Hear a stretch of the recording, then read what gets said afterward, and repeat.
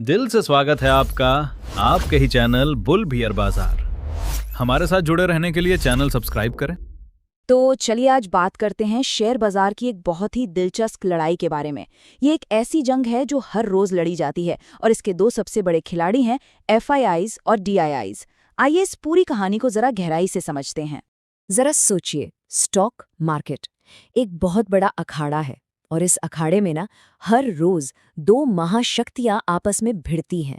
यही वो लड़ाई है जो मार्केट की दिशा तय करती है और हम सबके निवेश पर सीधा असर डालती है। लेकिन ये दो महारथी हैं कौन? कौन है ये जायंट्स?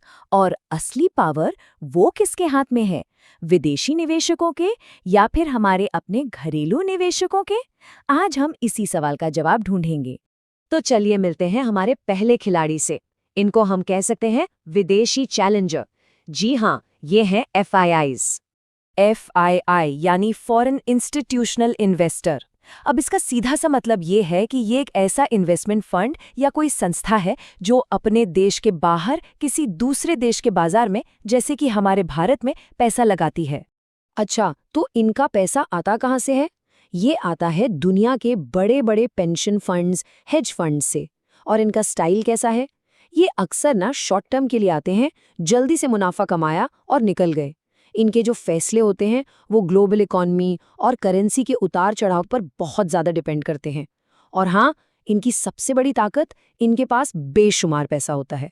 चलिए अब मिलते हैं हमारे दूसरे खिलाड़ी से, जिन्हें हम कहेंगे देसी चैंपियन, और ये हैं डीआईआईज। डीआईआई मतलब डोमेस्टिक इंस्टीट्यूशनल इन्वेस्टर। ये वो संस्थाएं हैं जो अपने ही देश के बाजार में पैसा लगाती हैं। सीधी सी बात है, ये हमारी होम टीम है जो अपने ही मैदान पर खेल रही है। और डीआईआईज का खेलने का तरीका एफआईआई से बिल्कुल अलग है। इनका पैसा कहाँ से आता है? ये पैसा आता है आम लोगों से, जो म्यूचुअल फंड्स में, इंश्योरेंस पॉलिसियों में इन्वेस्ट करते हैं। इनका नजरिया लंबा होता है, ये लॉन्ग टर्म के लिए पैसा लगाते हैं और इनका पूरा फोकस देश की इकोनॉमिक ग्रोथ पर होता है। और इनकी सबसे बड़ी ताकत, अरे भाई, अपने घर की इकोनॉमी की गहरी समझ।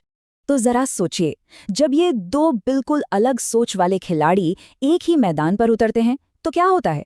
शुरू होती है असली रस्साकशी, और यही खींचतान है जो बाजार में इतनी हलचल पैदा करती है। देखिए, दोनों के काम करने का तरीका कितना अलग है। एफआईआईज क्या करते हैं? वो दुनिया भर के बाजारों का सेंटिमेंट देखते हैं। हवा का रुख देखा और पैसा लगाया या निकाला। जरा सी भी गड़बड़ लगी तो तुरंत बिकवाली शुरू कर देते हैं। दूसरी तरफ है डीआईआईज। वो देश की लॉन्ग टर्म ग्रोथ स्टोरी पर भरोसा करते हैं। वो लगातार पैसा लगाते रहते हैं, मार्केट को एक तरह से स्थिरता देते हैं। और सबसे मजेदार बात जानते हैं क्या है? अक्सर जब एफआईआईज बेच रहे होते हैं ना, तब डीआईआईज खरीद रहे होते हैं। चलिए इसको एक उदाहरण से समझते हैं। मान लीजिए बाजार एकदम से क्रैश हो जाता है। एफआईआईज क्या करेंगे? वो अपना रिस्क कम करने के लिए फौरन अपने शेयर बेचेंगे और पैसा कहीं और सेफ जगह ले जाएंगे। लेकिन डीआईआईज, वो इसी गिरावट को एक गोल्डन मौके की तरह देखते हैं। वो अच्छी अच्छी कंपनियों के शेयर सस्ते दाम पर उठा लेते हैं, क्योंकि उन्हें भरोसा है कि देश की इकोनॉमी वापस रिकवर करेगी ही करेगी। तो अब आते हैं असली सवाल पर। आज का स्कोर कार्ड क्या कहता है? इस लड़ाई में कौन आगे चल रहा है? क्या बाजार का जो पूरा बैलेंस है वो अब बदल रहा है? अगर हम पिछले कुछ सालों के आंकड़ों को देखें ना, तो एक बहुत ही इंटरेस्टिंग कहानी सामने आती है। ये चार्ट साफ साफ दिखा रहा है कि एफआईआईज का पैसा तो आता जाता रहता है, कभी अंदर कभी बाहर। लेकिन डीआईआईज का इन्वेस्टमेंट देखिए, वो लगातार बढ़ रहा है। ये एक बहुत बड़ा इशारा है कि अब बाजार में घरेलू निवेशकों का दबदबा बढ़ता ही जा रहा है। और इसी बात पर एक एक्सपर्ट ने बहुत अच्छी बात कही है। घरेलू निवेशक का उदय हमारे बाजारों में आया सबसे बड़ा, सबसे फंडामेंटल बदलाव है। इसका मतलब समझ रहे हैं?